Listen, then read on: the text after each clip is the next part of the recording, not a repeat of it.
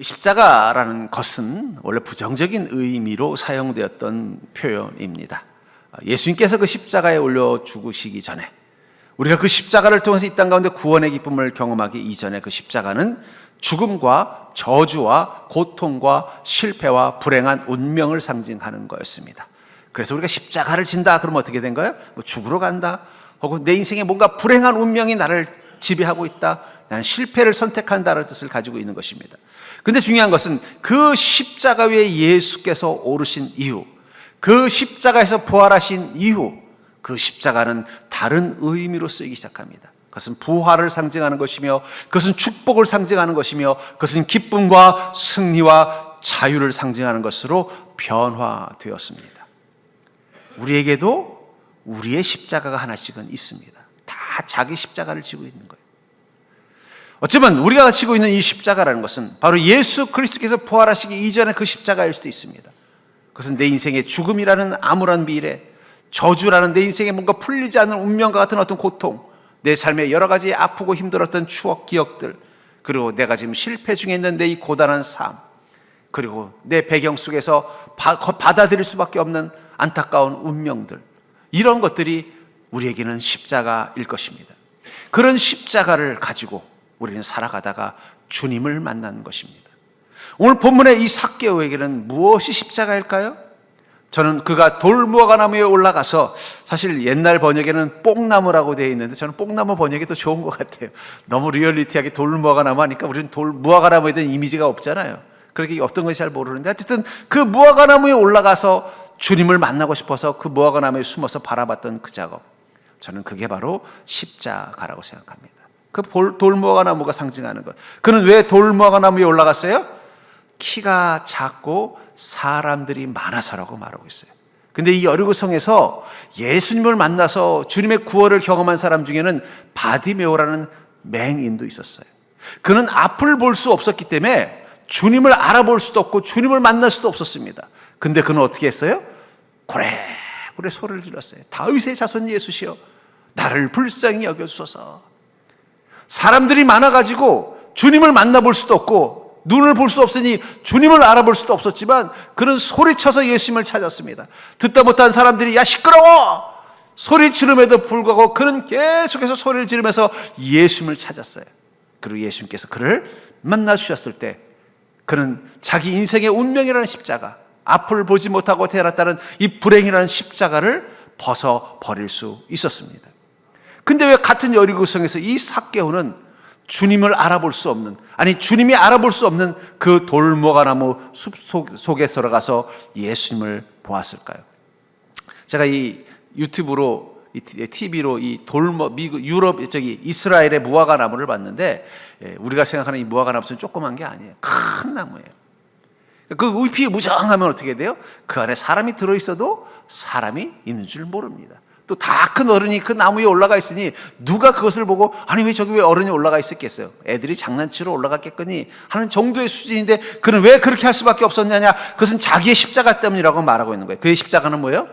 키가 작다는 것. 또 하나는 자신의 그 직업 때문에, 세리라는 직업 때문에 이 여리고에 사는 이스라엘 민족 유대인들로부터 무시당하고 인정받지 못하는, 버림당한, 뭔가 왕따를 당하는 인생이라는 그 자기 십자가, 그것 때문에 뭐라고 생각하는 거예요? 아유, 나는 키도 크고 사람도 많은데 충분히 바디메오처럼 사람들을 해집고 가서 주님 나 좀 만나주세요라고 말할 수 있음에도 불구하고 그는 자기의 그 십자가, 키가 작은 자, 또 사람들로부터 미움받고 버림받은 존재라는 그 자기의 십자가 때문에 그 돌무화과나무에 올라가서 주님의 얼굴을 한번 보기를 원했던 것입니다. 그런 자기 십자가 위에 올라가서 주님을 바라보고 있었던 그 삭개오를 향해서 주님은 이렇게 말씀하십니다. 삭개오야 내려오라. 그 순간 그는 용기를 내서 자기 십자가에서 내려올 수 있었습니다. 어쩌면 우리도 이 삭개오 같은 그리스도인은 아닐까요? 주님은 만나고 싶어요. 주님이 나를 알아봐 주기를 원해요.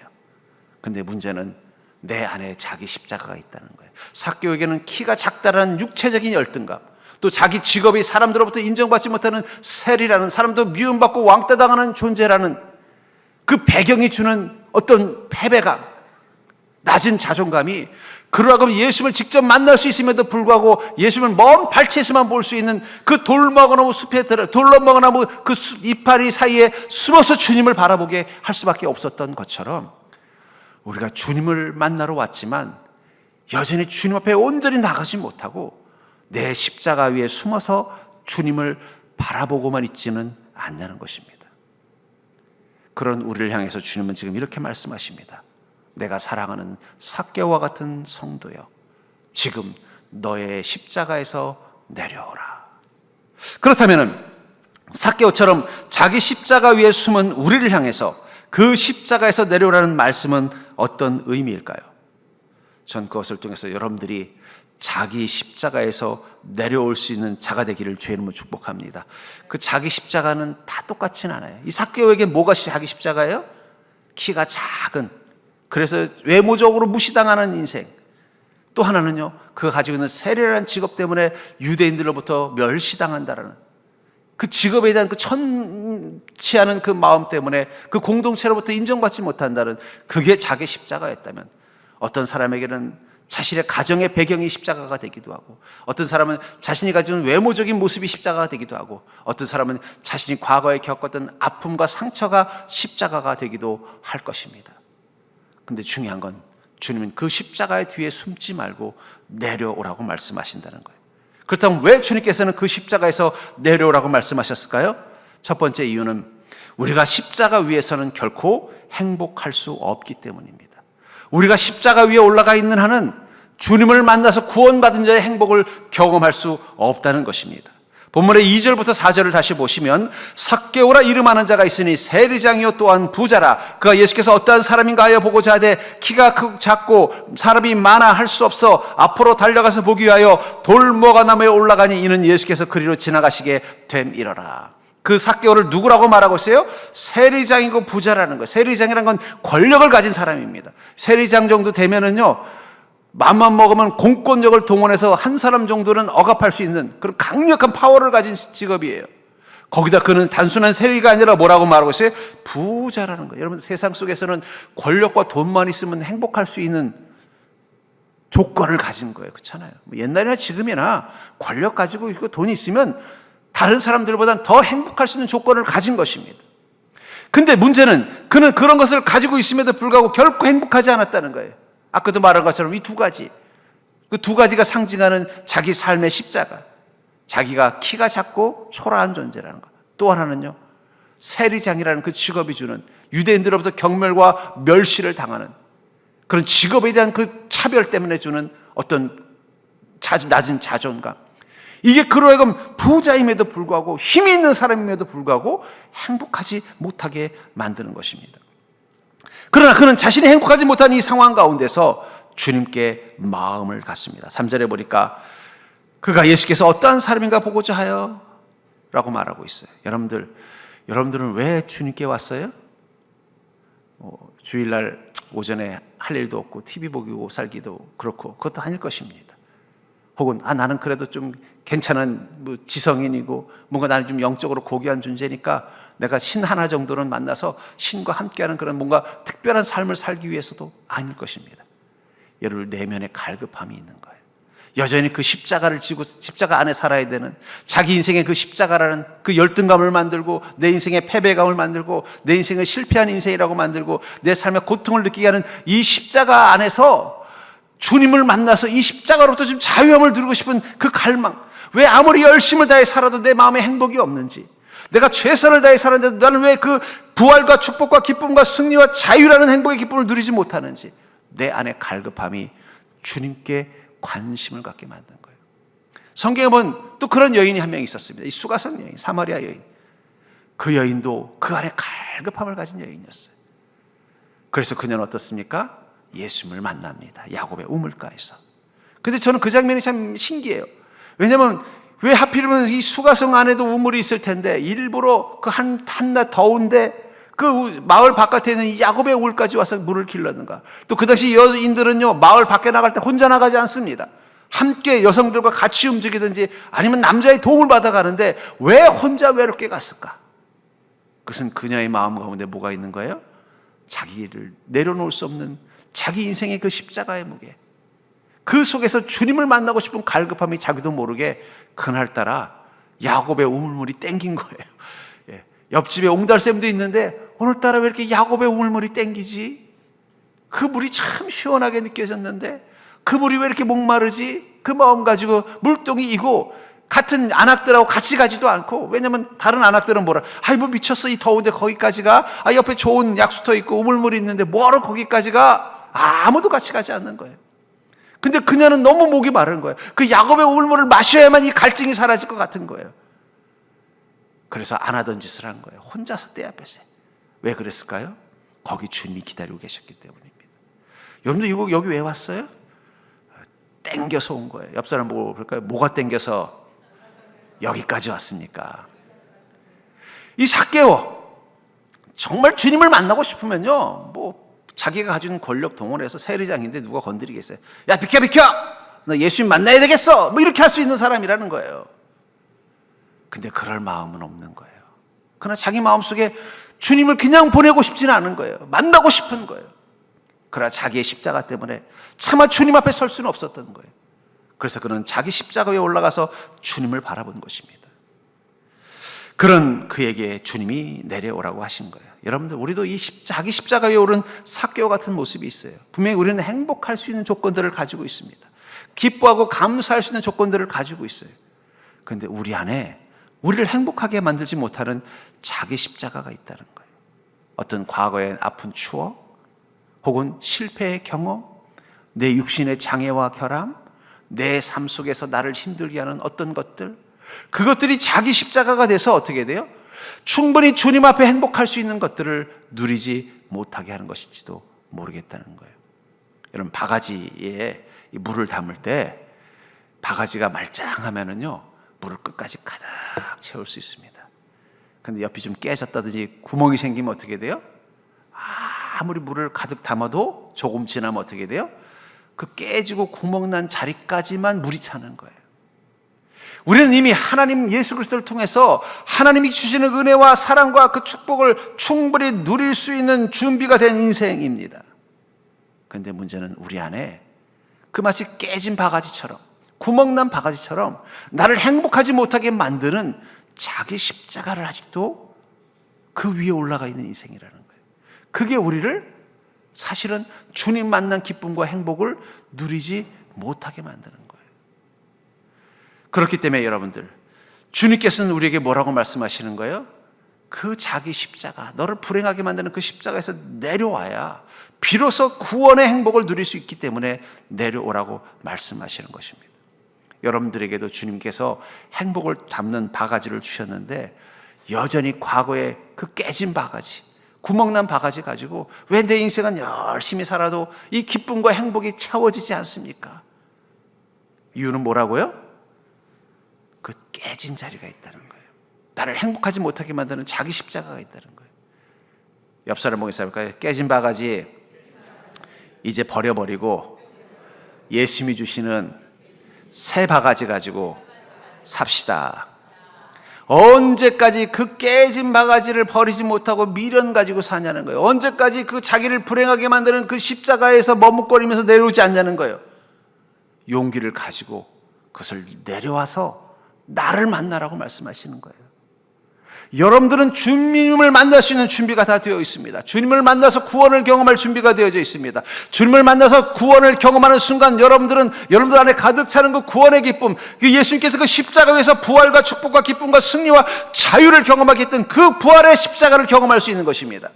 그런데 문제는 우리가 여전히 주님 만나기 이전에 그 십자가, 죽음과 저주와 고통과 실패와 운명을 품은 십자가, 내 삶의 아픔이라는 십자가, 내 마음의 상처라는 십자가, 내 영혼의 쓴뿌리라는 십자가, 내 스스로에게 저주를 내려버린 자기 비하라는 십자가, 이것 위에 있는 한 우린 주님을 만나도 온전한 행복을 누릴 수 없습니다.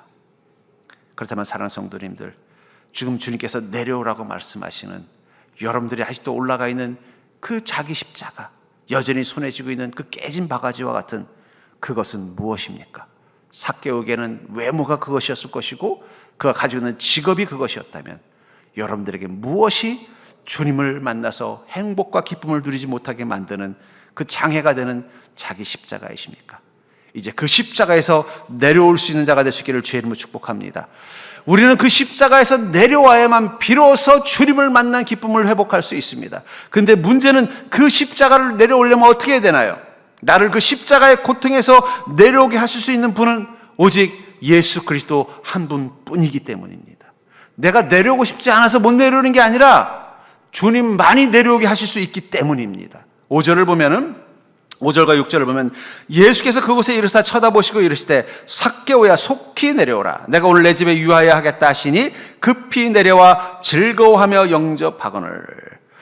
예수님께서 뭐라고 말씀하셨어요? 너는 속히 내려오라. 그러자 그 말을 듣고 삭개오가 너무 기뻐서 어떻게 했다는 거예요? 급히 내려와 즐거워하며 영접했다는 거예요.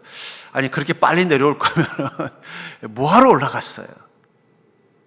근데 중요한 건 거기서 내려올 수 있는 것은 주님의 음성이 있어야 된다는 거예요. 어떤 음성이요?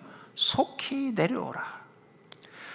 그렇다면 우리는 왜 자기 십자가, 이게 고통을 주는 자기의 십자가, 이 고통의 십자가에서 내려올 수 없느냐? 그것은 주님께서 내려오실 수 있게 하는 유일한 분이기 때문이라고 말했는데, 그렇다면 왜 주님께서는 그 십자가에서 우리를 내려오게 할 수 있는 능력을 가지고 계시는가? 마태복음 27장 40절부터 42절에 보면 이르되 성전을 헐고 사흘에 짓는 자여 내가 만일 하나님의 아들이어든 자기를 구원하고 십자가에서 내려오라 하며 그와 같이 대제사장들도 서기관들과 장로들과 함께 희롱하여 이르되 그가 남은 구원하였을 때 자기는 구원할 수 없도다. 그가 이스라엘의 왕이로다. 지금 십자가에서 내려올지어다. 그리하면 우리가 믿겠노라. 예수님께서 십자가에 들으셨을 때 사람들이 뭐라고 조롱했어요? 네가 정말 하나님의 아들이면 너 자신을 구원해서 십자가에서 내려오라고 말하고 있다는 것입니다. 저는 이게 진리라고 믿습니다.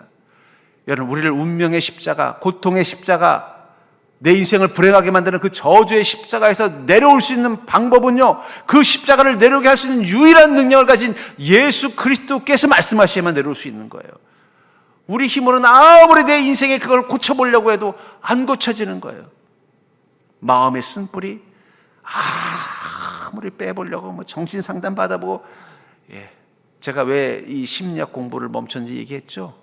인간을 진단을 할 수는 있지만 치료가 안 되는 걸 느꼈어요. 상담 가지고 치료가 안 돼요. 급한 불은 꺼요. 그러나 치료가 되지 않아요.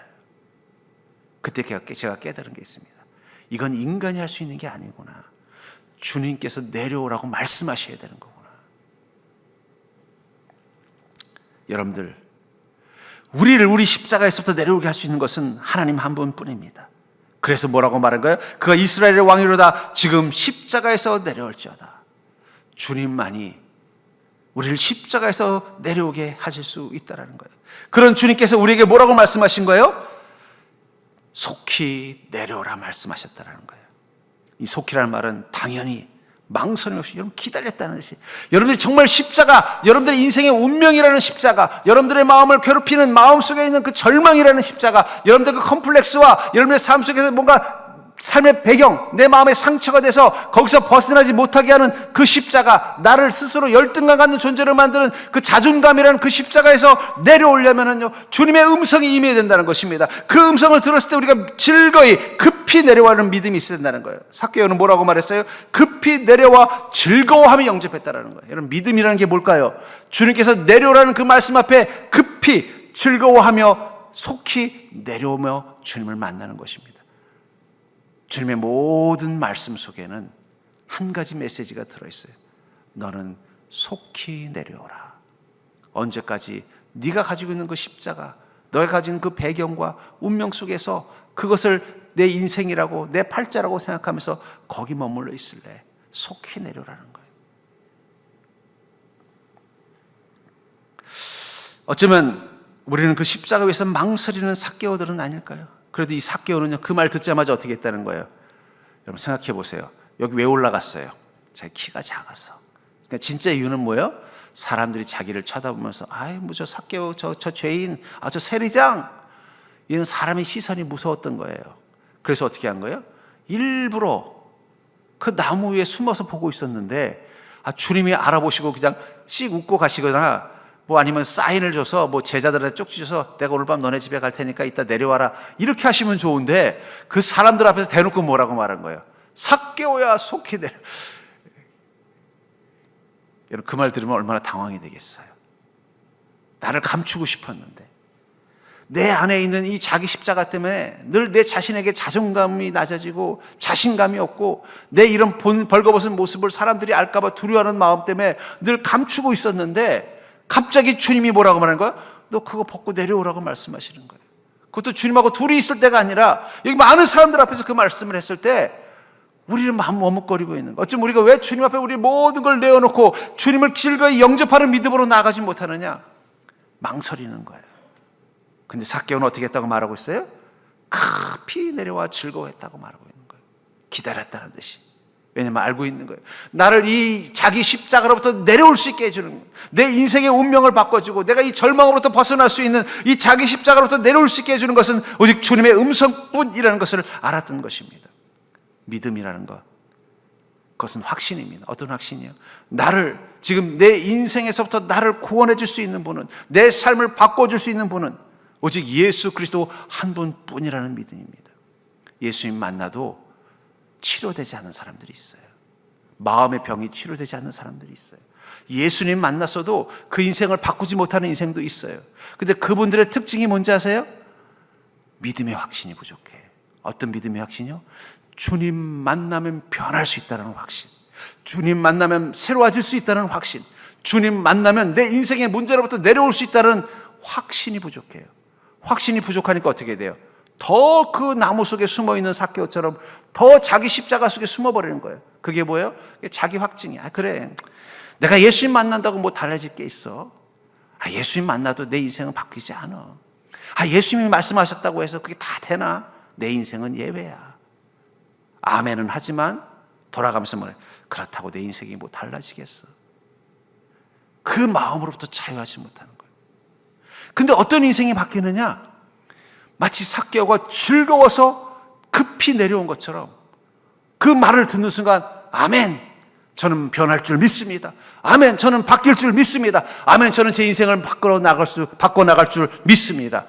이 믿음의 확신 가진 사람들이 있다는 거예요. 제가 그리스도인들을 만나보면요, 여전히 그 나무 속에 숨어있는 삭개오 같은 사람과 주님이 내려오는 그 말씀 앞에 아멘 하면서 그냥 총알같이 기다렸다는 듯이 뛰어내려오는 사람이 있더라고요.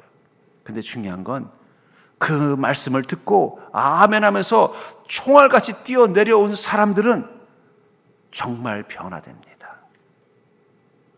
인생이 달라져요. 삶이 달라져요. 마음의 오래된 내면의 쓴뿌리와 병들도 다 치유가 돼요. 근데 여전히 그 돌먹어 나무 그 잎사귀에 숨어가지고 아이고 주님은 하필이면 저 많은 사람들 앞에서 내가 제일 싫어하는 일을 하셨네, 더 아니처럼 숨어있는 그 마음 가지고 있으면 아무리 주님이 내 앞에 계셔도, 아무리 오랫동안 주님이 내 앞에 계셔도 난 여전히 그 자기 십자가의 무게에 치여서 하루하루 별로 행복하지 않은 인생, 뭔가 변화되지 않는 삶을 무기력하게 살게 된다는 것입니다. 전 여러분들이 믿음의 확신을 가지고 주님이 내려오라고 하면은 아멘 하면서 내려올 수 있는 믿음 되기를 주의 이름으로 축복합니다. 그게 무엇이든 여러분들에게 주님은 내려오라고 말씀하실 거예요. 너 열등감에서 내려와라. 너 실패감에서 내려와라. 네가 살고 있던 잘못된 삶에서 내려와라. 너의 그 원망과 분노의 마음에서 내려와라. 네가 하고 있는 이 잘못된 일들에서 내려와라. 무엇을 말씀하시든 내려오라고 말씀하실 때 급히 즐거워하며 내려올 수 있는 믿음 되기를 주의 이름으로 축복합니다. 주님께서 그 말씀하셔야만 우리는 내려올 수 있다는 거예요. 그렇게 주님의 음성 앞에 순종하면서 그 십자가에서 내려오면 그 순간 여러분들의 인생은 달라질 것입니다.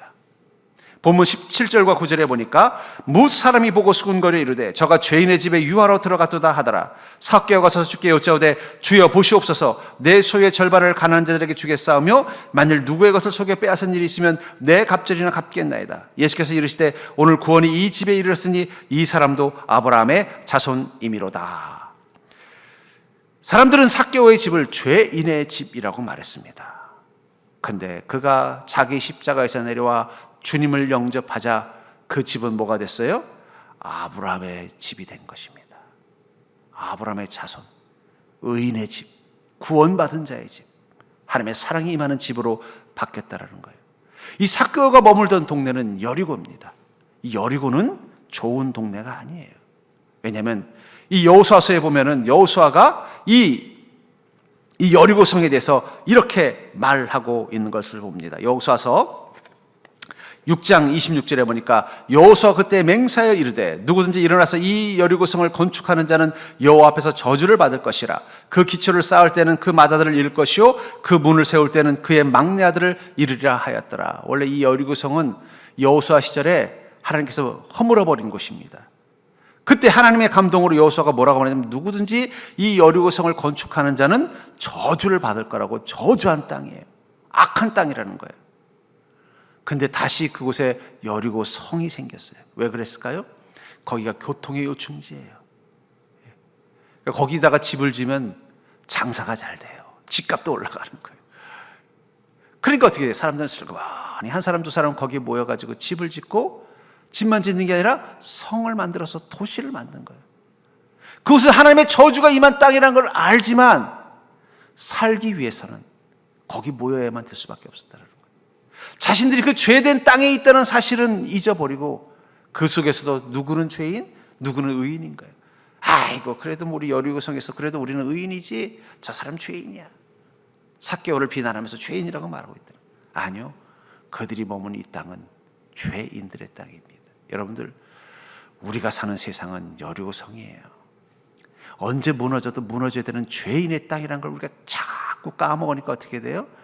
자꾸 누군가 찾아보면서 죄인의 집이 어딘지를 두들번거리는 거예요.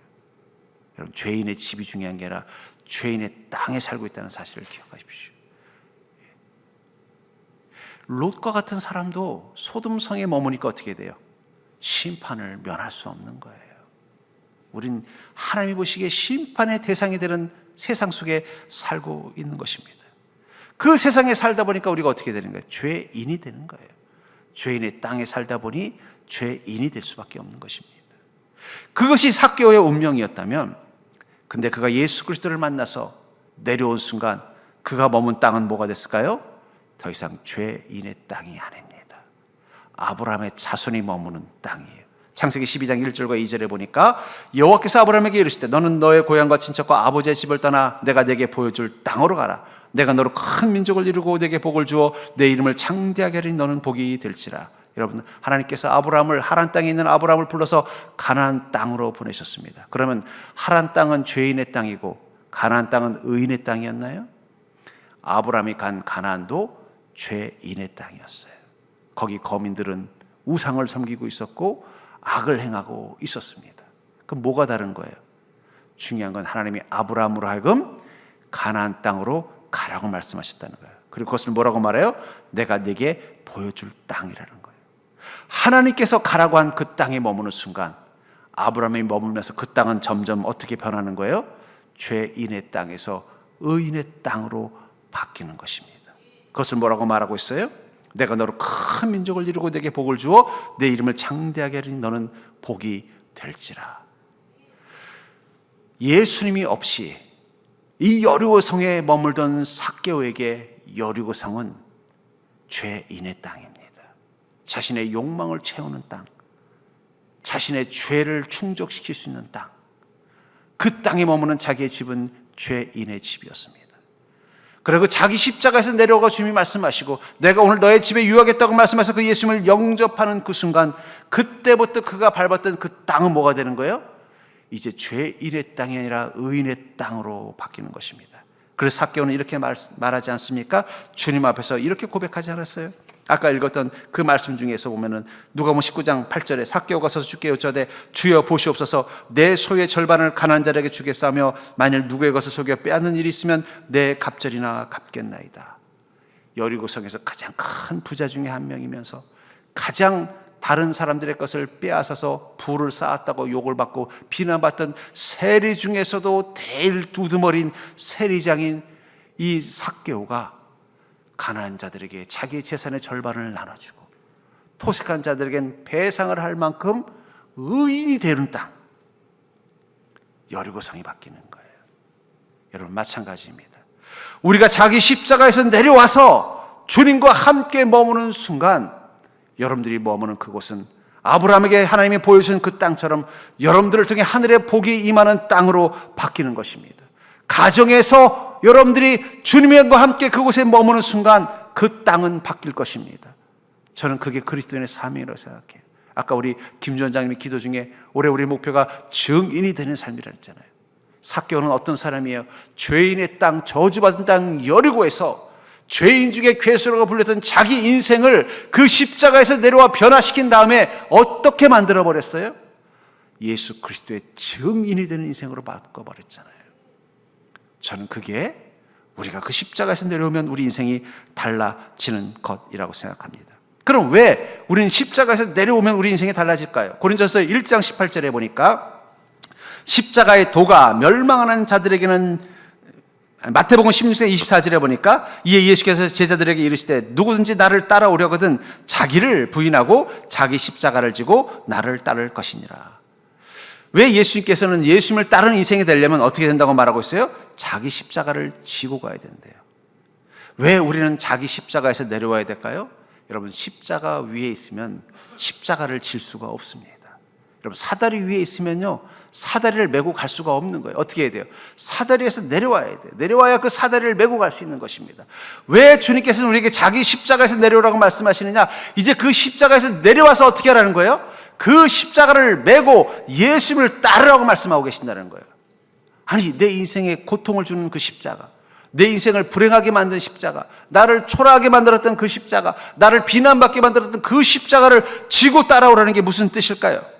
왜냐하면 그 순간 자기 십자가는 하나님의 십자가로 바뀌기 때문이에요. 우리 지난주에 모세가 이 광야에서 양치기의 지팡이를 쥐고 40년간 살 때 그 지팡이는 뭘 상징하는 거예요? 자기의 실패한 인생, 초라한 인생, 이 장인에게 도움받으면서 사는 그런 빌부터 사는 인생, 무기력한 인생, 그런 그의 인생 가운데 주님이 오셔서 어떻게 해야 돼요? 그 지팡이를 땅에 던져라. 던지는 순간 그 지팡이는 하나님의 지팡이로 바뀌지 않습니까? 저는 상상을 해봤어요. 모세가 처음 던졌던 지팡이는 어떤 모양일까? 그리고 뱀으로 변했다가 다시 잡아서 변화된 지팡이는 어떤 모양일까? 저는 분명히 확신합니다. 모세가 처음 던질 때랑 다시 집었을 때랑 똑같을 거예요. 그게 무슨 나무로 만든 지팡이든 똑같이 오래 잡았으면 그 때가 찌든 모습도 똑같았을 거예요. 다른 게 하나 있어요. 그 지팡이를 뒤집어보면 여기 이렇게 써 있어요. Made in heaven. 하나님이 주신 지팡이로 바뀐 거예요. 자기가 그 지팡이 위에 올라와 있을 때 그 십자가는 실패한 모세처럼, 도망자 모세처럼, 장인어른의 도움으로 간신히 살아가는 모세처럼, 그 광야를 양들을 키우기 위해서 매일매일 고단하게 사는 모세처럼 자기 인생의 불행한 모습을 상징하는 거라면, 그 십자가에서 내려오라는 명령 앞에 내려와서 그 십자가를 메고 가는 그 순간부터는 자기 십자가가 뭐가 되는 거예요? 하나님의 능력으로 바뀌는 거예요. 그래서 주님 뭐라고 말씀하시는 거예요? 그 십자가에서 내려와서 이제는 그 십자가를 메고 나를 따르라고 말씀하시는 것입니다. 그렇다면 왜 그것을 메고 나가면 능력이 될까요? 아까도 읽은 고린도서 1장 18절, 십자가의 도가 멸망하는 자들에게는 미련한 것이요 구원을 받는 우리에게는 하나님의 능력이라. 우리가 자기 십자가를 지고 가는 순간 그 지팡이에서 무엇을 보는 거예요? 하나님의 능력을 발견하는 것입니다. 제가 참 존경하는 이 그리스도인 중에 이지선 씨, 어릴 때, 젊을 때 교통사고로 화상을 입어서 얼굴이 일그러진 그 아가씨. 하지만 그녀에게는 무엇이 십자가예요? 그날 그 교통사고가 자기 십자가예요. 아리따운 여인이 이제는 추한 얼굴을 가진 여인으로 살고 자기 인생의 모든 걸 바꿔버렸던 그 사건. 근데 중요한 건 그녀는 그 고통사고라는 십자가에 묻혀서 그 안에 숨어서 살지 않았다는 거예요.